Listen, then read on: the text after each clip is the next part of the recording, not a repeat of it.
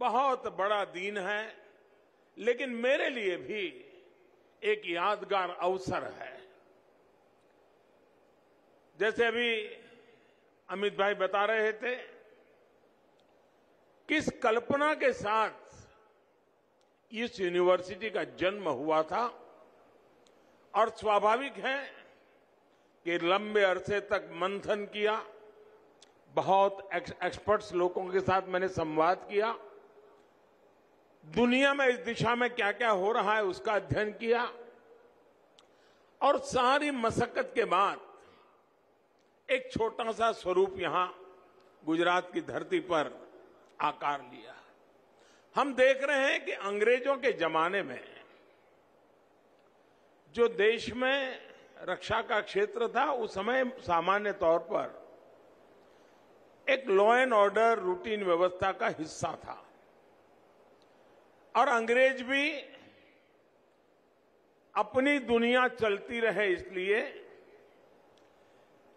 जरा दमखम वाले, लंबे चौड़े कद वाले, डंडा चलाएं तो सब दूर पता चल जाए कि वो क्या है, इस इरादे से लोगों को रिक्रूट करते थे। जो रेशियल मासेस थे, कभी उसमें से चुनौती करते थे, और उनका काम भारत के नागरिकों पर डंडा चलाना, यही एक प्रकार से उनका काम था, ताकि अंग्रेज सुख चैन से अपनी दुनिया चला सके। लेकिन आजादी के बाद उसमें बहुत रिफॉर्म्स की आवश्यकता थी, आमूलचूल परिवर्तन की आवश्यकता थी। लेकिन दुर्भाग्य से हमारे देश में उस दिशा में जितना काम होना चाहिए, हम बहुत पीछे रह गए, और उसके कारण आज भी सामान्य जो परसेप्शन बना हुआ है, वो परसेप्शन खास करके पुलिस के संबंध में, ये परसेप्शन ऐसा बना हुआ है कि भाई उनसे बच के रहो, इनसे जरा दूर रहो। यूनिफॉर्म में हमारे देश में सेना भी है, लेकिन सेना के लिए परसेप्शन क्या है? कहीं कोई संकट की घड़ी है और दूर से भी सेना दिखाई दे तो उसको लगता है कि अब तो कोई संकट नहीं है, ये लोग आ गए हैं। एक अलग परसेप्शन है, और इसलिए भारत में ऐसे मैन पावर को सुरक्षा क्षेत्र में तैयार करके लाना बहुत जरूरी है, जो सामान्य मानवी के मन में एक मित्रता की अनुभूति करे, एक विश्वास की अनुभूति करे। और इसलिए हमारी पूरे ट्रेनिंग मॉड्यूल को बदलने की बहुत आवश्यकता थी। उसी गहन चिंतन में से भारत में पहली बार इस प्रकार का प्रयोग हुआ था, जो आज विस्तार होते होते राष्ट्रीय रक्षा यूनिवर्सिटी के रूप में आपके सामने प्रस्तुत है। कभी कभी लगता था कि रक्षा मतलब यूनिफॉर्म है, पावर है, हाथ में डंडा है, पिस्तौल है। आज वो जमाना चला गया है। आज रक्षा का क्षेत्र उसने अनेक रंग रूप ले लिए हैं, अनेक चुनौतियां पैदा हो गई हैं। पहले के समय कहीं एक जगह पे घटना होती थी तो उसकी खबर गांव के दूसरे कोने में पहुंचते पहुंचते भी घंटे लग जाते थे, और दूसरे गांव में पहुंचते पहुंचते तो दिन लग जाते थे, और पूरे राज्य में पहुंचते पहुंचते 24 घंटे 48 घंटे लग जाते थे। और उस दरमियान पुलिस बेड़ा अपनी व्यवस्थाएं कर लेता था, चीजों को संभाल पाता था। आज तेज गति से चल, फ्रिक्शन ऑफ सेकंड में जब कम्युनिकेशन होता है, चीजें फैल जाती हैं। ऐसे समय किसी एक जगह से व्यवस्थाओं को संभाल करके आगे बढ़ना ये संभव नहीं रहा है, और इसलिए हर इकाई में एक्सपर्टाइज चाहिए, हर इकाई में सामर्थ्य चाहिए, हर इकाई में उस प्रकार के बल चाहिए, तब जाकर के हम स्थितियों को संभाल सकते हैं। और इसलिए संख्या बल से ज्यादा ट्रेन मैन पावर, जो हर चीजों को संभाल सके, जो टेक्नोलॉजी को भी जानता हो, जो टेक्नोलॉजी को भी फॉलो करता हो, जो ह्यूमन साइकी भी जानता हो, जो यंग जनरेशन है उसके साथ डायलॉग करने के तौर तरीके जानता हो। कभी कभी कभार बड़े बड़े आंदोलन होते हैं तो उन लीडर्स के साथ डील करना होता है और नेगोशिएशन की कैपेसिटी चाहिए। अगर ट्रेन मैन पावर सुरक्षा के क्षेत्र में नहीं है तो अपना नेगोशिएशन की कैपेसिटी गंवा देता है और उसके कारण बनी हुई बाजी आखिरी मौके पर कभी कभी बिगड़ जाती है, एक आध शब्द के कारण बिगड़ जाती है। कहने का मेरा तात्पर्य यह है कि लोकतंत्र व्यवस्थाओं के अंदर जनता जनार्दन को सर्वोपरि मानते हुए समाज को द्रोह करने वाले जो एलिमेंट्स होते हैं उनके साथ सख्ताई और समाज के प्रति नरमाई, इस मूल मंत्र को लेकर के हमें एक ऐसा ह्यूमन रिसोर्सेज डेवलप करने होंगे। अब हम देखते हैं दुनिया के कई देशों में पुलिस के संबंध में बहुत अच्छी छवि की खबरें आते रहती हैं। हमारे देश का दुर्भाग्य है, फिल्म बनेगी तो उसमें सबसे भद्दा चित्रण किसी का किया जाता है तो पुलिस वाले का किया जाता है। अखबार अगर भरे पड़े देखें तो उसमें भी भद्दे से भद्दा किसी का चेहरा बना दिया जाता है तो पुलिस वाले का बना दिया जाता है।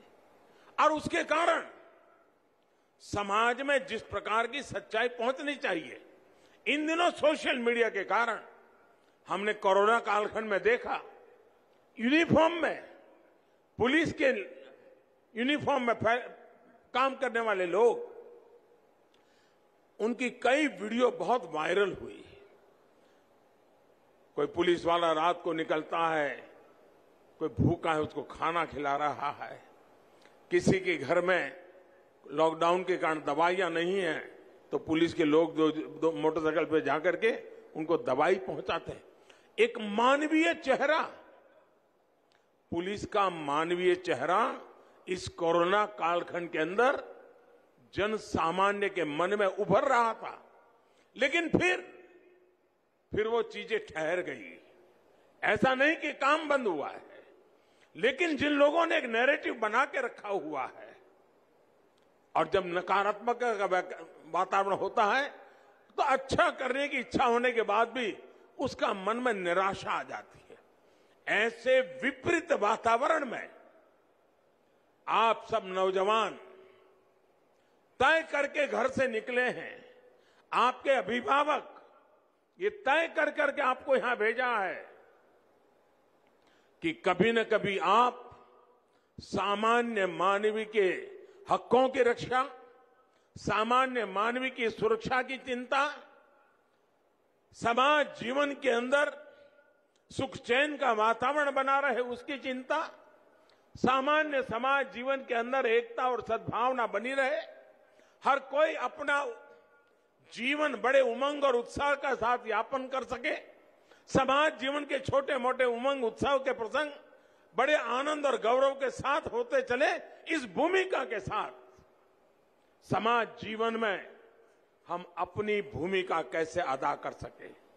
और इसलिए अब सिर्फ कद काठी के आधार पर सुरक्षा वाले देश की सेवा कर पाएंगे, वो एक सीमित तक सही है, लेकिन एक बहुत बड़ा क्षेत्र बन गया है जहां पर हमें ट्रेन मैन पावर की जरूरत पड़ेगी।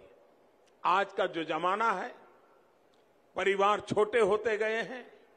पहले तो क्या था, पुलिस वाला भी एक्स्ट्रा ड्यूटी करके थक करके घर जाता था तो एक बड़ा संयुक्त परिवार होता था, तो मां संभाल लेती थी, पिताजी संभाल लेते थे, दादा दादी कभी घर में है तो संभाल लेते थे, कोई भतीजा संभाल लेता था, बड़े भाई साहब घर में है तो वो संभाल लेते हैं, भाभी जी होती तो वो संभाल लेती थी।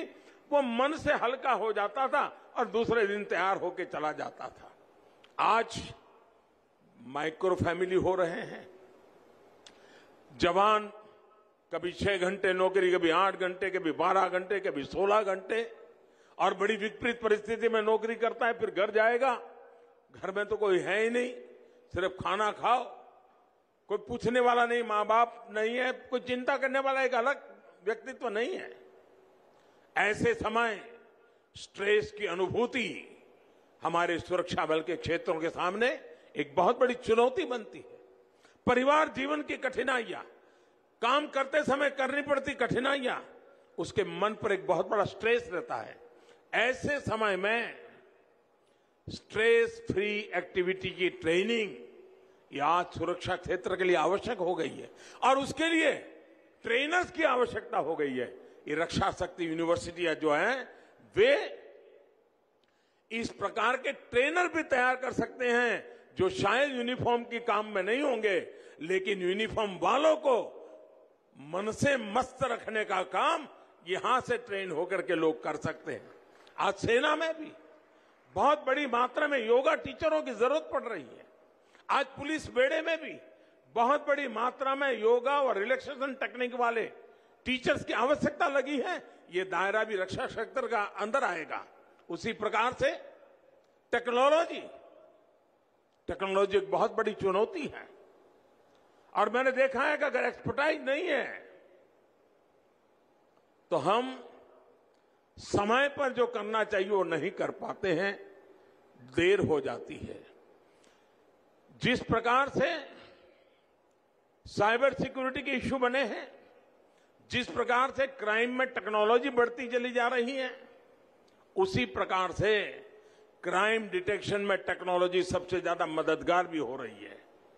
पहले के समय में कहीं चोरी हो जाए तो चोर को पकड़ने में लंबा समय लग जाता था, लेकिन आज कहीं सीसीटीवी कैमरा होगा, सीसीटीवी कैमरा के फुटेज देख लीजिए तो फिर पता चलता हाँ ये व्यक्ति बड़ी आशंका से जा रहा है, पहले इस मोहल्ले में गया फिर इस मोहल्ले में गया। आप लिंक बिठा दें और आपके पास आर्टिफिशियल इंटेलिजेंस का नेटवर्क है तो बड़ी आसानी से एक व्यक्ति को ट्रेस करके आप ढूंढ सकते हैं कि यहां से निकला था, यहां आया था और यहां पर उसने कानून के विरुद्ध में काम किया है, पकड़ा जाता है। तो जैसा क्रिमिनल वर्ल्ड टेक्नोलॉजी का उपयोग कर रही है, वैसे सुरक्षा बलों के लिए भी टेक्नोलॉजी एक बहुत बड़ा सशक्त हथियार आया है। लेकिन सही लोगों के हाथ में सही हथियार और समय पर काम करने का सामर्थ्य ट्रेनिंग के बिना संभव नहीं है। और मैं मानता हूं कि दुनिया में बड़ी बड़ी घटनाएं, अगर आप इस क्षेत्र में आपके शायद यहां केस स्टडी पढ़ाते होंगे तो उसमें आता होगा कि किस प्रकार से टेक्नोलॉजी का उपयोग करते क्राइम किया जाता है और किस प्रकार से टेक्नोलॉजी के उपयोग से क्राइम डिटेक्ट किया जाता है। ये ट्रेनिंग सिर्फ सुबह परेड करना, फिजिकल फिटनेस, इतने से अब रक्षा क्षेत्र का काम नहीं रहा है। कभी कभी तो मैं सोच रहा हूं मेरे दिव्यांग भाई बहन शायद फिजिकली अनफिट होंगे तो भी अगर रक्षा शक्ति यूनिवर्सिटी में ट्रेन हो जाएंगे तो वे भी रक्षा क्षेत्र अंदर शारीरिक अक्षमता के बाद भी ट्रेनिंग के कारण, मानसिकता के कारण बहुत बड़ा योगदान दे सकते हैं। यानी पूरा दायरा बदल चुका है। हमें इस रक्षा यूनिवर्सिटी के माध्यम से उस दायरे के अनुकूल व्यवस्थाओं को कैसे विकसित करें, उस दिशा में जाना चाहिए। और जैसे अभी गृह मंत्री जी ने बताया कि उस समय एक प्रकार से गांधीनगर आज शिक्षा की दृष्टि से एक बहुत बड़ा वाइब्रेंट एरिया बनता जा रहा है। एक ही इलाके में इतनी सारी यूनिवर्सिटीज और 2 यूनिवर्सिटी हमारे पास ऐसी बनी है इसी धरती पर जो विश्व में सिर्फ पहली यूनिवर्सिटी है। पूरे विश्व में एकमात्र, पूरी दुनिया में कहीं पर भी फॉरेंसिक साइंस यूनिवर्सिटी नहीं है। पूरी दुनिया में कहीं पर भी चिल्ड्रन यूनिवर्सिटी नहीं है। गांधीनगर और हिंदुस्तान अकेला ऐसा है कि जिसके पास ये 2 यूनिवर्सिटीज है। और मैं चाहूंगा उसी प्रकार से नेशनल लॉ यूनिवर्सिटी, यानी क्राइम डिटेक्शन से लेकर के जस्टिस तक ये पूरा जो सिलसिला है उसको हमने समेटा हुआ है। और ये समेटा हुआ भी तब काम आएगा, ये तीनों यूनिवर्सिटीज साइलो में काम करेगी।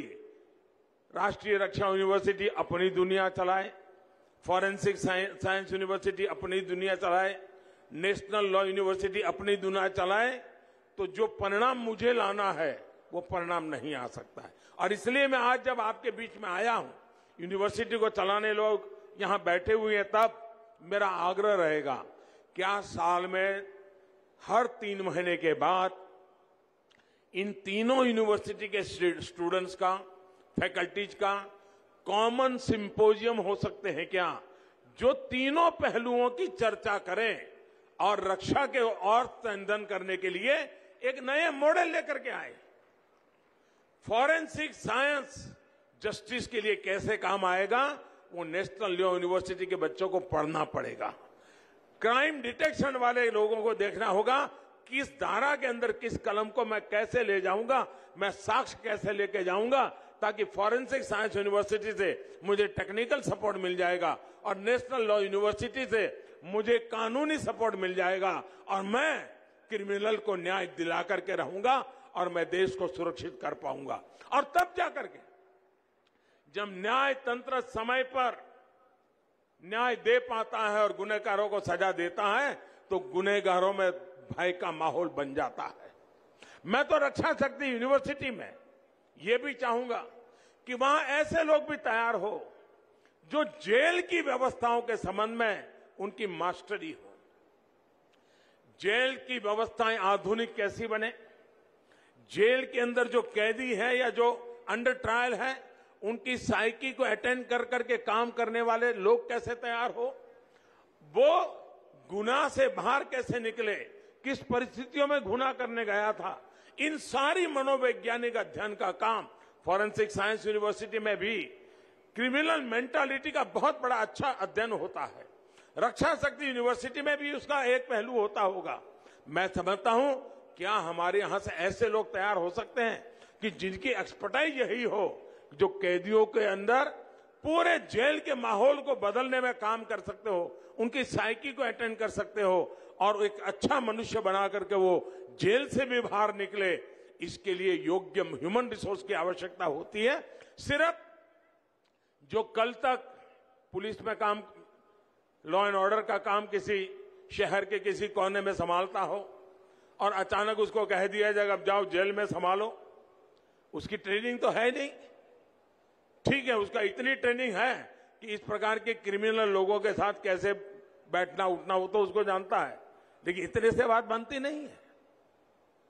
मैं समझता हूं कि इतने सारे क्षेत्र फैल चुके हैं, उन सभी क्षेत्रों के लिए हमने इस दिशा में प्रयास करना होगा। आज मुझे इस रक्षा यूनिवर्सिटी का ये भव्य भवन का लोकार्पण करने का अवसर मिला है। जब हम इसके लिए जगह आइडेंटिफाई कर रहे थे तब मेरे सामने बहुत बड़े प्रश्न आए थे, बड़े दबाव आते थे। हर एक का कहना था साहब आप इतना दूर क्यों भेज रहे हैं, ये क्यों कर रहे हैं। लेकिन मेरा मत था कि अगर गांधीनगर से अगर 25-50 किलोमीटर दूर जाना पड़े, इससे यूनिवर्सिटी की अहमियत कम नहीं होती है। अगर यूनिवर्सिटी में दम होगा तो गांधीनगर का सबसे बड़ा फोकस एरिया बन सकता है। और आज भवन देखने के बाद, आज ये भवन देखने के बाद मुझे लगता है इसकी शुरुआत हो चुकी है, लेकिन इस भवन को हरा भरा रखना, ऊर्जावान रखना, शानदार बनाए रखना, ये दायित्व एक कॉन्ट्रैक्टर बिल्डिंग बना करके चले जाने से नहीं होता है, एक सरकार बजट खर्च कर दे इससे नहीं होता है।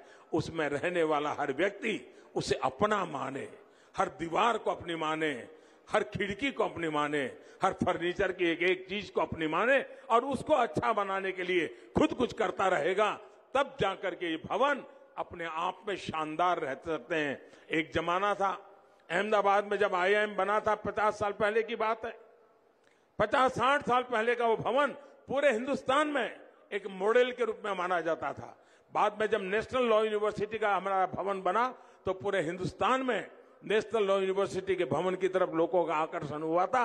मैं आज पक्का मानता हूं कि आने वाले दिनों में ये रक्षा यूनिवर्सिटी का कैंपस भी लोगों के लिए आकर्षण का कारण बनेगा।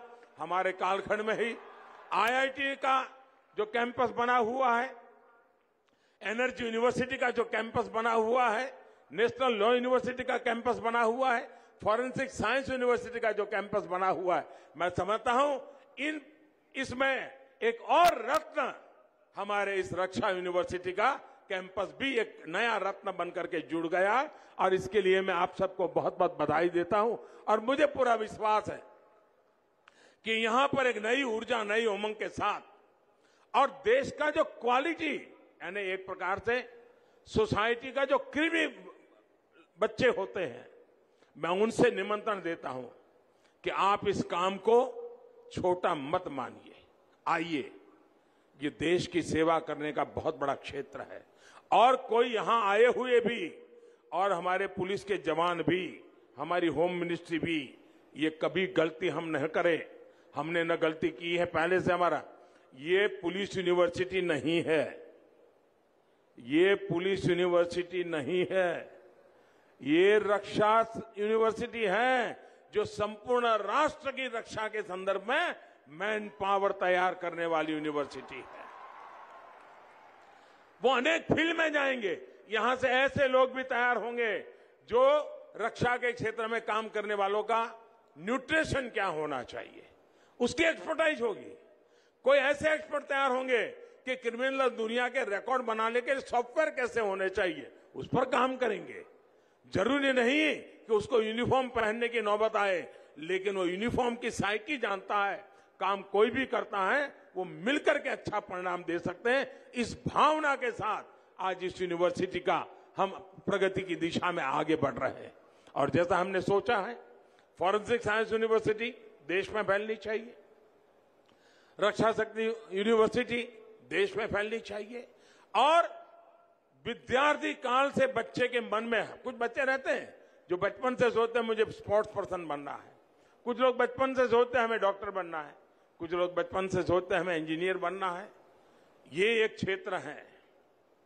भले आज एक तबका है जो आज भी नकारात्मक का वातावरण यूनिफॉर्म के प्रति बना हुआ है, लेकिन हम अपने कर्तव्य से, अपने कठोर परिश्रम से और अपने मानवीय मूल्यों की इज्जत करते हुए काम करेंगे। तो मुझे पक्का विश्वास है कि जो परसेप्शन बना हुआ है उसको बदल करके सामान्य मानवीय में विश्वास जताने का काम हमारी ये यूनिफॉर्म फोर्स कर सकते हैं। और जब यूनिफॉर्म फोर्स करता हूं तब सरकारी दायरे में काम करने वाले, पट्टा और टोपी लगाने वाले की बात में सिर्फ सीमा नहीं करता हूं। आज प्राइवेट सिक्योरिटी भी बहुत बड़ी मात्रा में बढ़ रही है, बहुत बड़ी मात्रा में प्राइवेट सिक्योरिटी का क्षेत्र बना हुआ है। और मैंने देखा है कई स्टार्टअप डेवलप हो रहे हैं जो सिर्फ रक्षा के क्षेत्र में काम कर रहे हैं। आपकी ये ट्रेनिंग ऐसे नए नए स्टार्टअप की दुनिया में आने के लिए भी आपको निमंत्रण देती है। मुझे विश्वास है कि आप जैसे साथी, मेरे नौजवान साथी, देश की रक्षा को प्राथमिकता देते हुए जब आगे आ रहे हैं, तब एक और बड़ा क्षेत्र है जिसको हमने समझना होगा। जैसे मैंने शुरू में कहा कि नेगोशिएशंस की एक आर्ट होती है। जब ट्रेनिंग होती है तब जाकर के अच्छे नेगोशिएटर बनते हैं, और जब नेगोशिएटर बनते हैं तो ग्लोबल लेवल पे काम आते हैं। धीरे धीरे आप प्रगति कर करके ग्लोबल लेवल के नेगोशिएटर बन सकते हैं। और मैं मानता हूं ये भी समाज जीवन के अंदर बहुत बड़ी आवश्यकता है। उसी प्रकार से मॉब साइकोलॉजी, क्राउड साइकोलॉजी, इसको अगर आपने साइंटिफिक तरीके से अध्ययन नहीं किया है तो आप उसको हैंडल नहीं कर सकते हैं। रक्षा यूनिवर्सिटी के माध्यम से हम उस प्रकार के लोगों को तैयार करना चाहते हैं कि जो इस प्रकार के कब हालात में भी चीजों को संभालने का सामर्थ्य रखे। हमें देश की रक्षा के लिए डेडिकेटेड वर्कफोर्स हर स्तर पर तैयार करना होगा। मुझे आशा है कि हम सब मिलकर के उस दिशा में प्रयास करेंगे। मैं आज जिन विद्यार्थी को अपनी पढ़ाई पूरी कर करके जाने का अवसर मिला है, मैं उनको भी अनेक अनेक शुभकामनाएं देता हूं। लेकिन मैं उनको कहना चाहूंगा, हो सकता है आते समय आपके मन में विचार आया हो कि यार एक बार यूनिफॉर्म पहन लिया ना, फिर तो सारी दुनिया मुट्ठी में है। ये गलती मत करना दोस्तों। ये यूनिफॉर्म की इज्जत बढ़ाने वाला काम नहीं होता है। यूनिफॉर्म की इज्जत बढ़ती है, उसके भीतर मानवता जिंदा होती है। यूनिफॉर्म की हिम्मत बढ़ती है जब उसके अंदर करुणा का भाव होता है। यूनिफॉर्म की कीमत तब बढ़ती है जब माताओं, बहनों, दलित, पीड़ित, शोषित, वंचित के लिए कुछ कर गुजरने की आकांक्षाएं भीतर जगती है, तब जाकर के यूनिफॉर्म की ताकत बढ़ती है। और इसलिए मेरे साथियों, आपके जीवन में यूनिफॉर्म तो आने ही वाला है। किसी न किसी रूप में आने वाला है, क्योंकि अब इस क्षेत्र से जा रहे हैं। तब मानवता के उन मूल्यों को जीवन में सर्वोपरि मान करके हमें जाना है। हमें मन में संकल्प लेकर के जाना है कि समाज जीवन में इस फोर्सेस के प्रति जो भाव बना हुआ है, उस अभाव को प्रभाव रहते हुए भी अपनेपन के भाव से मुझे जोड़ना है। और इसलिए मैं चाहता हूं यूनिफॉर्म का प्रभाव बना रहना चाहिए, लेकिन उसमें मानवता का भाव कतई नहीं होना चाहिए। इस भाव को लेकर के मेरी सारी नौजवान पीढ़ी आगे बढ़ेगी तो बहुत बड़ा परिणाम मिलेगा। मेरे लिए खुशी की बात है, जब अभी मैं यहां सम्मानित कर रहा था कुछ विद्यार्थियों को, मैंने गिना नहीं, लेकिन मेरी प्राथमिक इंप्रेशन ये है कि शायद बेटियों की संख्या ज्यादा थी। इसका मतलब यह हुआ, जैसे रक्षा क्षेत्र में आज हमारी बेटियां इन दिनों पूरे देश में पुलिस बेड़े में बहुत बड़ी तादाद में हमारी यहां बेटियों का स्थान बना हुआ है। बहुत बड़ी मात्रा में बेटियां हमारी आ रही है। इतना ही नहीं, सेना में बहुत बड़े पदों पर आज हमारी बेटियां आगे बढ़ रही हैं। उसी प्रकार से एनसीसी, मैंने देखा है कि एनसीसी के कैडेट में भी बहुत बड़ी मात्रा में बेटियां आ रही है। आज भारत सरकार ने एनसीसी का भी व्याप बहुत बढ़ा दिया है, अनेक गुना बढ़ा दिया है। और सीमावर्ती जो स्कूल्स हैं, कभी कभी आप भी एक एनसीसी के रूप में भी स्कूलों में भी धीरे धीरे डेवलप हो सकते हैं। आप स्कूलों के एनसीसी को भी संभालने में बहुत बड़ा योगदान दे सकते हैं। उसी प्रकार से जो सैनिक स्कूल है, उन सैनिक स्कूलों में भी बेटियों के प्रवेश का एक बहुत बड़ा निर्णय भारत सरकार ने किया है।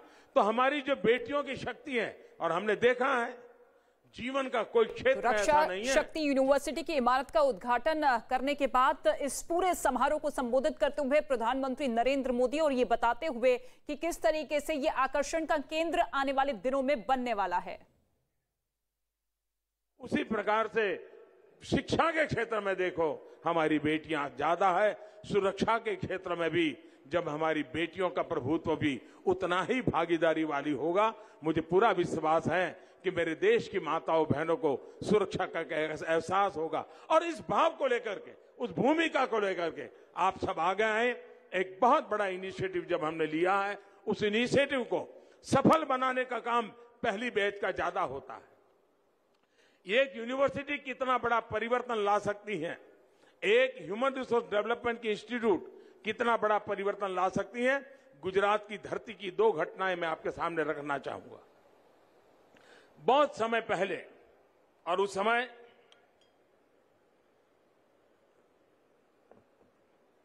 गुजरात में सरकार का रोल नहीं था, लेकिन यहां के जो महाजन लोग थे, अहमदाबाद के समाज के जो श्रेष्ठी लोग थे, व्यापारी लोग थे, उन्होंने मिलकर के तय किया कि गुजरात में एक फार्मेसी का कॉलेज होना चाहिए।